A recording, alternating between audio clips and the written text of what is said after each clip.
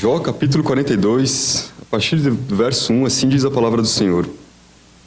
Então respondeu Jó ao Senhor: Bem sei que tudo podes e que nenhum dos teus planos podem ser frustrados.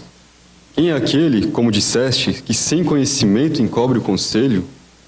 Na verdade, falei do que não entendia, coisas maravilhosas demais para mim, coisas que eu não conhecia. Escuta-me, pois, havias dito, e eu falarei. Eu te perguntarei e tu me ensinarás. Eu te conhecia só de ouvir, mas agora os meus olhos te veem. Por isso me abomino e me arrependo no pó e na cinza. Até aqui. Vamos fazer mais uma breve oração. Curve sua cabeça. Senhor, humildemente lhe rogamos a Ti, rogamos ao Teu Santo Espírito, que abra nosso entendimento, que abra nossos corações, Senhor.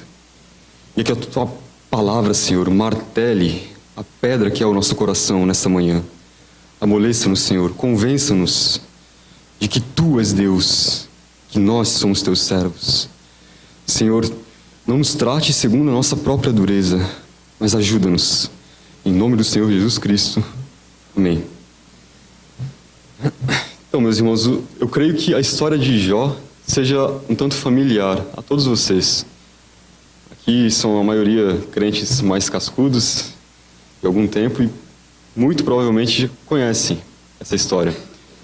Mas vamos fazer um rápido panorama de Jó. Jó, ele era o homem mais rico do Oriente. E também não havia homem tão reto e íntegro como ele. A localização da sua terra, da sua casa, ela traz muitas dúvidas, mas o livro do profeta Jeremias nos dá pistas que seja hoje, para os irmãos terem noção, a atual faixa de Gaza. Mas qual é o tema central do livro de Jó? Qual é o tema que norteia todo o livro? Seria a restituição? Seria mostrar Deus punindo um homem íntegro? Qual seria? Bom, para nos ajudar a entender um pouco, Jó, ele é, segundo os estudiosos, o livro mais antigo das Escrituras. Mais antigo até mesmo que Gênesis. Fatores que contribuem para esse conceito são a idade de Jó, que nos é dito lá no último capítulo, que após a restauração de sua prosperidade viveu ainda mais 140 anos, colocando ele nos tempos onde os homens viviam uma idade mais avançada, no mínimo junto com os patriarcas. Os povos que nos são citados no seu livro também são povos antigos. E o interessante é que, por ser o livro mais antigo das Escrituras, o seu tema principal é o sofrimento. Vejam só isso. O livro mais antigo das Escrituras, que muito provavelmente foi escrito por Moisés, tem como tema o sofrimento. O que isso nos ensina, primeiramente? Que o sofrimento faz parte da vida do homem desde a queda. Ao contrário do que o evangelho triunfalista dos nossos dias, infelizmente, anuncia, e que depois que você se converte é só bênção, é só vitória, os slogans das igrejas são voltados a esse sentido. Venham, aqui é lugar de gente feliz. As Escrituras nos ensinam que o sofrimento acompanha a vida do homem desde a queda. E assim será até que tudo seja restaurado. E hoje, pela graça de Deus, através desses versos que nós lemos, o Espírito Santo nos responderá. Por que acontece o sofrimento? Será que inocentes também sofrem? E como agir diante do sofrimento? Guardem essas 3 questões. Por que há sofrimento? Inocentes também sofrem? E como agir diante do sofrimento? Mas, antes de adentrarmos aos versos que lemos, eu preciso ressaltar algo lá do capítulo 1 do livro de Jó. Lembra o que acontece lá no capítulo 1? Então se apresentaram os filhos de Deus diante de Deus e juntamente Satã, o acusador. E no mesmo momento, Jó estava tocando a sua vida, com seus filhos, com seus rebanhos, com seu trabalho. O que isso nos mostra? que existe uma ordem cósmica além da terrena, além da de Jó. Que existe algo acontecendo no plano celeste, enquanto nós temos a nossa vida aqui no plano terrestre. Os irmãos lembram da EBD sobre os egípcios? Quem veio, esse tema é um pouco familiar. Lembra que por se recusarem a reconhecer uma autoridade superior àquilo que seus olhos viam, os egípcios permaneciam obstinados, mesmo diante de todas as maravilhas que seus olhos viam. De maneira que é impossível entender o sofrimento sob uma perspectiva humana. É impossível entender o que é o sofrimento para o homem sem reconhecer que existe um plano celeste, sem reconhecer que existe algo além do que os nossos olhos veem. Isso é muito importante. De maneira que o nosso norte nesta manhã será a seguinte proposição: a ignorância do homem o faz pensar que tem o direito de exigir algo do soberano, de Deus. É engraçado que absolutamente todas as questões mais acaloradas que há entre os cristãos derivam da dificuldade que o orgulho humano impõe, tanto para reconhecer a sua ignorância, seu estado totalmente corrupto após a queda, como para reconhecer a soberania de Deus. Quem já não ouviu? Não, mas seria injusto se Deus elegesse antes da fundação do mundo. Mas, vamos ao verso 1. O que diz o verso 1?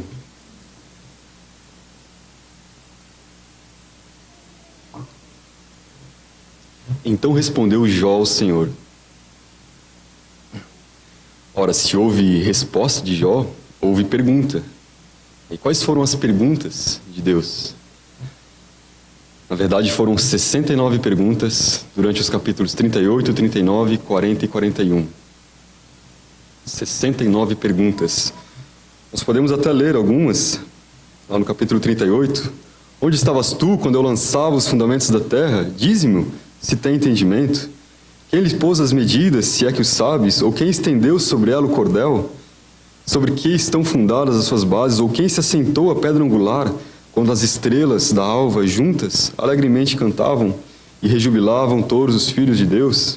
Ou quem encerrou o mar com portas, quando irrompeu da madre, quando eu lhe pus as nuvens por vestidura e a escuridão por fraldas? São perguntas extremamente humilhantes para Jó. Para Jó, que já estava todo flagelado. Mas se na primeira vez que Jó responde a Deus, lá no capítulo 40, ele admite: sou indigno. Que te responderia eu? Ponho a mão na minha boca. Agora, nessa resposta que nós lemos agora, ele vai irromper em adoração e humildade diante de Deus. Jó, que ansiava por uma audiência com Deus, para pôr diante dele o seu caso, agora é enfático e humilde em sua resposta. Nos primeiros discursos ele tinha plena convicção de sua integridade, de sua justiça. E quem de nós nunca desejou uma audiência com Deus? Quem nunca considerou algo como injusto e pensou: se eu fosse Deus, eu faria diferente? Mas injusto baseado em quê? Se o padrão de justiça é Deus, como é que algo é considerado justo? Baseado em quê? Não há como o que Deus faz ser injusto. Ele é a justiça. Ou ainda, quem nunca quis ouvir da boca do próprio Deus respostas para suas queixas? Ter a sua vã curiosidade saciada? Veja o quão tolo nós somos, para que assim como Jó querermos que Deus venha pessoalmente sanar nossas dúvidas, nós, com nossos trapos de imundícia, somos sem dúvida muito piores do que Jó.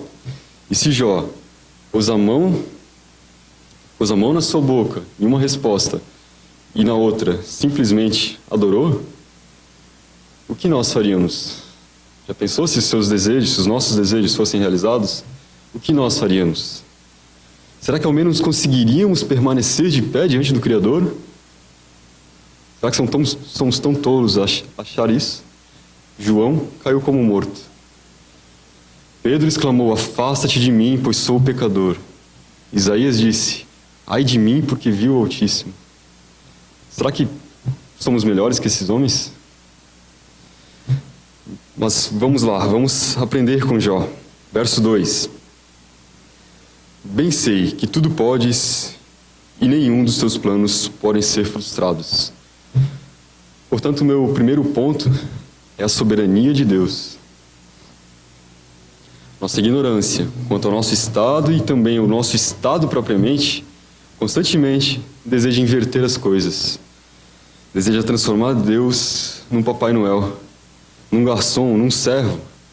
Está cheio de pastores e de crentes determinando o que Deus tem que fazer. Dizem que se você não determinar é porque você não tem fé. Então você tem que dar uma ordem a Deus. Absurdo. Deus é Deus. Reconheça isso. Deus é Deus. Então paremos de tentar usurpar a soberania de Deus, achando que seria melhor se as coisas fossem assim ou assado. Coloquemo-nos no nosso lugar de criatura e reconheça: bem sei que tudo podes e que nenhum dos teus planos podem ser frustrados. A resposta enfática de Jó, ela provém também de duas perguntas de Deus. São lá no capítulo 38, verso 2. Quem é este que escurece os meus desígnios com palavras sem conhecimento? Capítulo 41, verso 11 também. Quem primeiro deu a mim para que eu haja de retribuir-lhe? Pois o que está debaixo dos céus é meu. Será que Deus precisa pessoalmente vir até nós e nos perguntar isso para que reconheçamos nosso estado de pecado e a soberania dele? Ousamos desejar isso? Escureceremos nós também os desígnios de Deus ou acharemos que Deus tem alguma obrigação de retribuir algo que nós fazemos? O nosso Deus está nos céus e tudo faz como lhe apraz. Pode levar nossos filhos? Pode. Pode nos cobrir com uma doença, nos cobrir de vermes com uma doença? Pode. Pode nos deixar em tal miséria que reste apenas um caco? Pode. Bem sei, Senhor, que tudo podes. Conseguimos repetir isso com toda a nossa alma, com todo o nosso entendimento, com todo o nosso coração? Nenhum dos teus planos podem ser frustrados, ó Deus, nenhum. Prestem atenção. Ninguém era tão reto como Jó.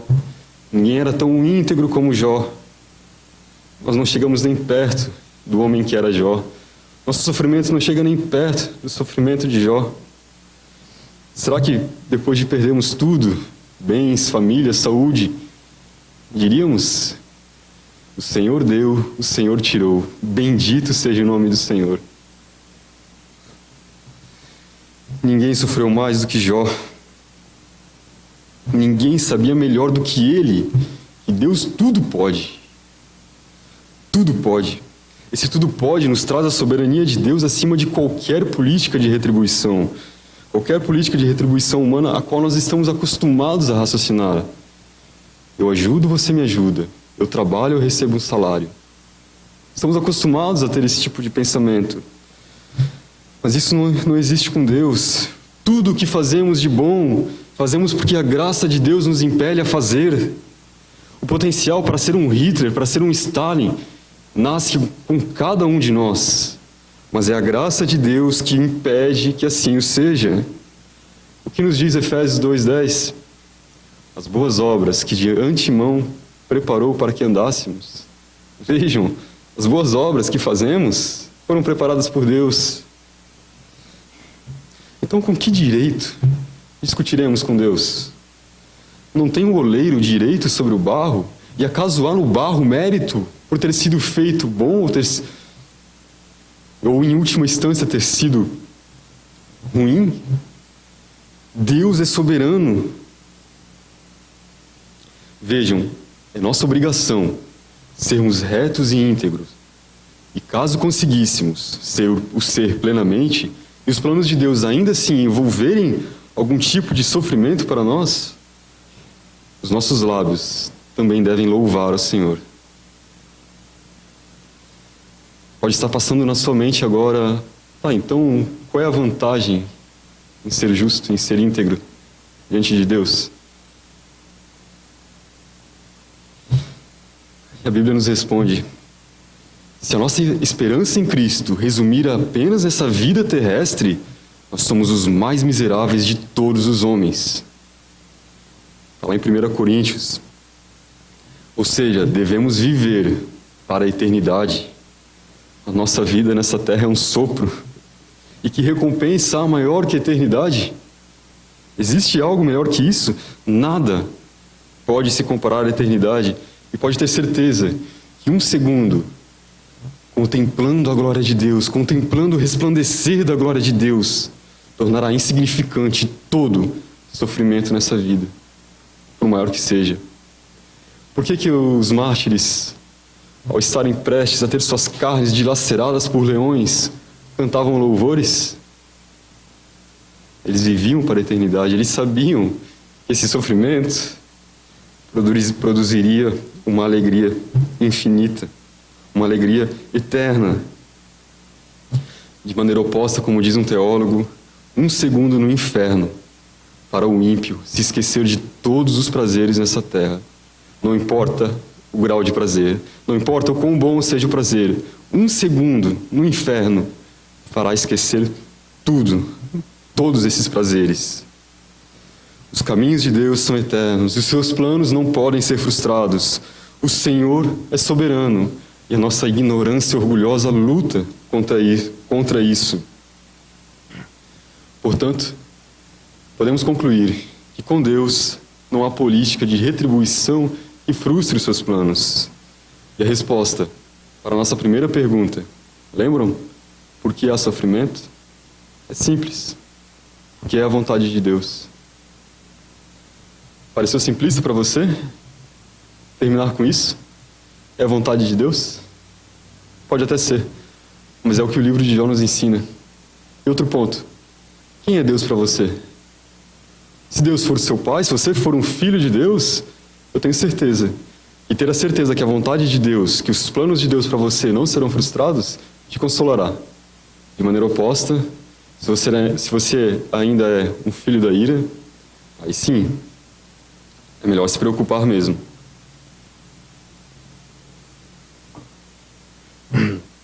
A injustiça da parte de Deus? De modo nenhum. E o que diz a Escritura? Compadecer-me-ei de quem tiver compaixão, terei misericórdia de quem tiver misericórdia. De modo que não depende de quem quer ou de quem corre, mas de Deus nos dar misericórdia. Isso nos leva ao nosso segundo ponto. Reconheça seu estado de corrupção e seu estado de ignorância quanto aos caminhos de Deus. Verso 3.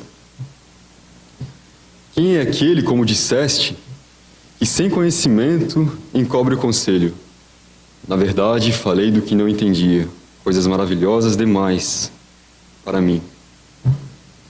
Percebam que após Jó reconhecer que Deus tudo pode, após Jó reconhecer a soberania de Deus, agora ele reconhece o seu estado, embrutecido e ignorante. Ele reconhece a sua incapacidade de compreender os caminhos de Deus. Os caminhos de Deus são muito mais elevados do que a mente do homem caído pode compreender. E é este homem caído que também é incapaz de reconhecer que não pode, por si mesmo, ser justo. É este homem que encobre o conselho de Deus. Essa incapacidade de obter justiça própria, de ser por si mesmo justo diante de Deus, ela fica óbvia para Jó quando Deus o questiona, lá no capítulo 40, verso 2. Acaso anularás tu de fato o meu juízo? Ou me condenarás tu para te justificares?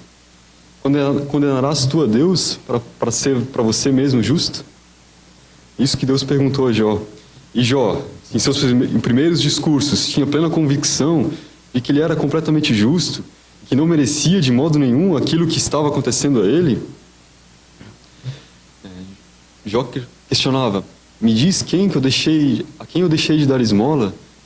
Me diz qual foi o peregrino que eu deixei dormir na rua?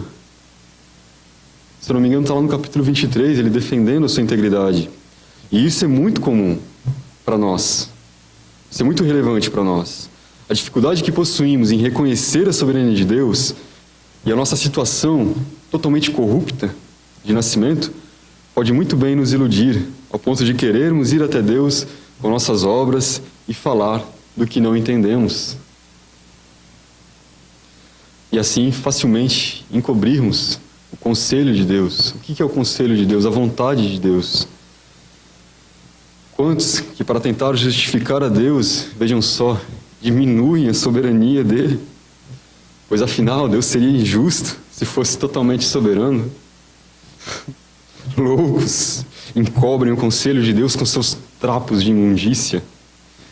Falam do que não entendem, incapazes de alcançar justiças por si mesmos, se iludem facilmente. Deveriam pôr a mão na boca para não falar sobre as maravilhas de Deus. Sim, maravilhas, maravilhosíssimos são os caminhos de Deus. Maravilhosíssimos são os caminhos do Altíssimo, mesmo que temporariamente envolvam sofrimento aos seus filhos. Prestem atenção, talvez o livro mais importante, com as doutrinas mais importantes das Escrituras, é o livro de Romanos. O Romanos possui, em 4 capítulos, o 8, 9, 10 e 11, uma seção que trata sobre a soberania de Deus. Correto? E como Paulo termina essa seção de Romanos? Lá no verso 33 do capítulo 11. Quão insondáveis são os seus juízos e quão inescrutáveis os seus caminhos, porque quem compreendeu a mente do Senhor? Quem foi o seu conselheiro? Ou quem deu primeiro a ele para que seja recompensado? Porque dele, e por ele, e para ele são todas as coisas. Glória, pois, a ele eternamente. Amém. É assim que Paulo termina ao explicar sobre a soberania de Deus. Tem gente que teme a soberania de Deus. Tem gente que ora para que seja feita a vontade de Deus, mas ora com receio. Paulo com certeza entendeu o livro de Jó. E vocês entendem que o homem corrupto, devido ao seu estado de corrupção e ignorância, tem como insondáveis os caminhos de Deus? Você entende que não tem direito algum de questionar o conselho ou a vontade de Deus, mas sim o dever de se submeter à vontade de Deus? O que os puritanos faziam quando toda a colheita era devastada? Deus vai prover. É a vontade de Deus, glória a Deus. Temos esse tipo de submissão conosco? O que nos diz o capítulo 25 de Jó? Como, pois, seria justo o homem perante Deus? E como seria puro aquele que nasce de mulher? Olha, até a lua não resplandece, as estrelas não são puras aos seus olhos. E quanto menos o homem, que é um verme, e o filho do homem, que é gusano. Gusano é um tipo de verme. Então, sabendo disso, igreja, aprendendo sobre isso, qual é a resposta para a nossa segunda pergunta? Lembram? Se inocentes também sofrem? A resposta é que houve apenas um inocente a pisar nessa terra, nosso Senhor Jesus, que suportou um sofrimento inimaginável ao carregar os nossos pecados em seus lombos e sofrer a ira de Deus em nosso lugar. Será que a gente tem noção do sofrimento? De sofrer a ira de Deus por nossos pecados? Não me refiro ao sofrimento físico. Não se escandalize, mas talvez Jó tenha sofrido fisicamente mais do que Jesus. O grande sofrimento de Cristo foi suportar o peso da ira de Deus sobre os nossos pecados. Fora Cristo, não há um inocente, nenhum sequer. Não há quem entenda, não há quem busque a Deus. Somente a Ele podemos chamar de inocente, porque com Adão todos pecamos e destituídos estamos da glória de Deus. Somos culpados de rebeldia, e se não for a misericórdia de Deus se renovar a cada manhã, se não fosse a majestade de Deus ter descido até nós, Como diz Calvino, a situação seria desesperadora. Então, como agir diante do sofrimento? Nós aprendemos que o sofrimento faz parte da vida cristã. Como agir? Vamos ao verso 4. Escuta-me, pois, havias dito, e eu falarei. Eu te perguntarei, e tu me ensinarás. Verso 5. Eu te conhecia só de ouvir, mas agora os meus olhos te veem.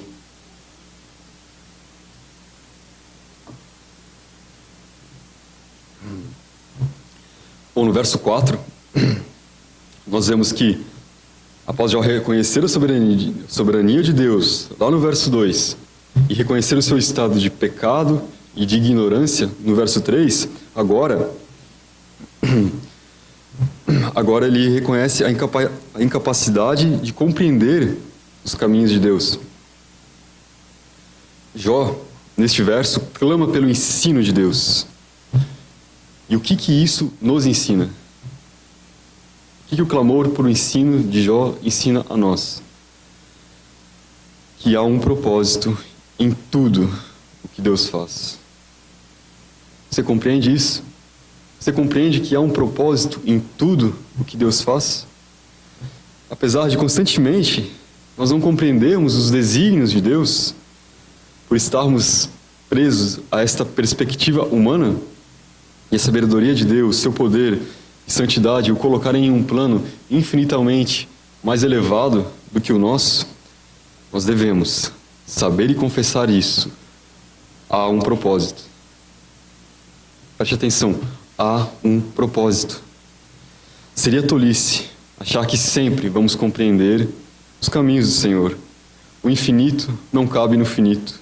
Então é normal ficarmos confusos e não compreendermos muitas coisas. Mas diante do sofrimento, como agir? Reconheça, Deus é soberano. Você não ora, seja feita a sua vontade em cada Pai Nosso? Reconheça, Deus é soberano. Outra coisa, reconheça que há um propósito. Perceba, haja dessa maneira, há um propósito. Deus é soberano e eu não tenho direito algum de questionar a vontade dele. Deus é soberano. Mesmo que momentaneamente esteja oculto aos nossos olhos este propósito. Nós vemos o propósito de Deus na vida de Jó no verso 5. Eu te conhecia só de ouvir, mas agora os meus olhos te veem. Jó, que possuía um conhecimento só de ouvir falar, agora alcança uma profundidade de relacionamento que poucos tiveram o privilégio. A quem aqui Deus fez alguma pergunta já? Diretamente como Jó? Pois é, Deus fez 69 perguntas a Jó. Vejam o privilégio. Lembre-se que conhecimento nas Escrituras está sempre relacionado a relacionamento. Então conheceu Isaac, a sua esposa. No Novo Testamento, apartai-vos de mim, malditos, para o fogo eterno, pois nunca vos conheci. Conhecimento é relacionamento. Eu te conhecia só de ouvir falar, mas agora os meus olhos te veem. Será que eu e você precisamos de tanto sofrimento em nossas vidas para termos algum tipo de relacionamento com Deus? Para termos um relacionamento profundo com Deus? Para conhecermos a Deus? Eu sabia que Jó não negaria, mesmo perdendo tudo. Jó não sabia. Os versos 4 e 5 nos mostram os olhos de um cego sendo abertos. Jó agora vê o Senhor, tal como Ele é. Ele não conhece mais só de ouvir. Jó agora vê o Senhor. Nós podemos saber tudo sobre alguém, mas somente um relacionamento nos leva a realmente o conhecimento de fato. Você pode conhecer a data de nascimento do seu cantor preferido, a sobremesa que ele gosta, mas se você não tiver relacionamento com ele, você nunca o conhecerá de verdade. Será algo superficial, sem profundidade. E quanto mais intimidade no relacionamento, mais profundidade. E isso tanto responde à terceira pergunta, como agir diante do sofrimento. Nós devemos nos submeter à soberania de Deus, certos de que em tudo há um propósito, como nos leva ao último ponto, ao arrependimento. Lá no verso 6. Por isso me abomino e me arrependo no pó e na cinza. Por isso me abomino e me arrependo no pó e na cinza. Perceberam o caminho que Jó trilhou e que nós estamos trilhando, acompanhando a história de Jó? Reconheceu a soberania de Deus, reconheceu a sua incapacidade de obter justiça própria, reconheceu a sua ignorância diante dos caminhos de Deus. E agora, por isso me abomino e me arrependo no pó e na cinza. Quando Jó realmente conhece a Deus, Jó se abomina. Jó se abominou. Jó, o homem mais reto, não há um homem tão reto e íntegro como Jó. Jó se abominou. E nós, nos abominamos? Nos abominamos diante de Deus? Se você estiver perto de Deus, com toda certeza, você se sentirá imundo e abominável. Pois a luz de Deus, ilumina toda a sujeira que há em nosso coração. Como diz Joel Bick, quanto mais santo você for, mais perto de Deus você vai estar. E quanto mais perto de Deus você estiver, menos santo você se sentirá. Somente quem se abomina pode se arrepender. Somente quem é convencido de sua imundícia deseja se arrepender. Somente pode se abominar quem conhece a Deus. E só conhece a Deus quem possui um relacionamento com Ele. Se você se abomina e se arrepende, se abomina por ser tão sujo e se arrepende por tantos pecados, inclusive em subordinação à soberania de Deus, há um consolo. Esse consolo está no livro de Jó, capítulo 19, verso 25. Porque eu sei que o meu Redentor vive e por fim se levantará sobre a terra. Para você que se abomina quando olha para o quão santo é Deus, eu lhe afirmo, o teu Redentor vive. O teu Redentor vive. Aquele que nos comprou com seu precioso sangue e que diante de Deus nos torna justos, ele vive. Alegre-se, se alegre, pois o teu Redentor vive. E toda a imundícia, toda a abominação que existe em nós, por uma gota de sangue, do precioso sangue de Cristo Jesus, nos torna mais alvos do que a neve. Meus irmãos, se coloquem de pé.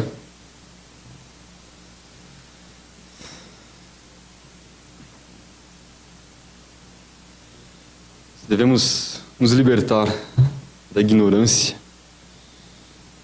e jamais exigir algo de Deus, jamais pensarmos que podemos ordenar algo a Deus. Aquilo de mais precioso que Ele poderia nos dar, Ele já nos deu, que é a vida eterna. Aquilo de mais precioso que Ele poderia nos dar, Ele já deu. Cristo Jesus. Somos co-herdeiros com Cristo. Então, após essa triste história de Jó, essa triste história de sofrimento, que é a história da humanidade, nós devemos nos alegrar, porque o nosso Redentor, aquele que nos comprou de volta deste estado de escravidão do pecado, Ele vive. Vamos orar. Senhor, graças te damos, ó Pai. Nosso Pai. Bendito seja o teu santo nome, Senhor. Bendito seja o teu santo nome quando o Senhor nos dá as coisas. E bendito seja o nome do Senhor quando o Senhor nos tira as coisas. Ajuda-nos, Senhor, a te bendizer, não importa a situação. Ajuda-nos, Senhor, a enxergar os propósitos dos teus caminhos. Por mais que nossos olhos estejam, Senhor, nublados devido às lágrimas. Por mais que nós não consigamos falar devido aos soluços dos nossos choros, Senhor. Que nosso coração bendiga, que nossa mente bendiga, Senhor, o teu santo nome, quando tu nos tirar tudo, Senhor. Tem misericórdia de nós, pois somos tão fracos. A nossa fé é tão fraca, Senhor. Tem misericórdia de nós e concede-nos fé, Senhor. Concede-nos fé inabalável. Concede-nos, Senhor, a paciência de Jó, que aguardava, Senhor, que aguarda o seu Redentor. Senhor, clamamos pelo Teu reino, que o Teu reino venha logo, Senhor, que o Teu reino venha e se estabeleça plenamente. Que a corrupção que existe em nós, Senhor, seja restaurada e nós nunca mais venhamos a lhe ofender com nossos trapos de imundícia, com nossos pecados, Senhor, com nossa rebeldia. Tem misericórdia de nós, ó Deus. Convença-nos do nosso estado de ignorância quanto aos Teus caminhos. E ajuda-nos, meu Senhor, a curvar-nos as nossas frontes, a curvar-nos diante da Tua soberania, pois Tu és Deus, Tu és nosso Deus, e nós, Sua criatura, nós, Seus servos.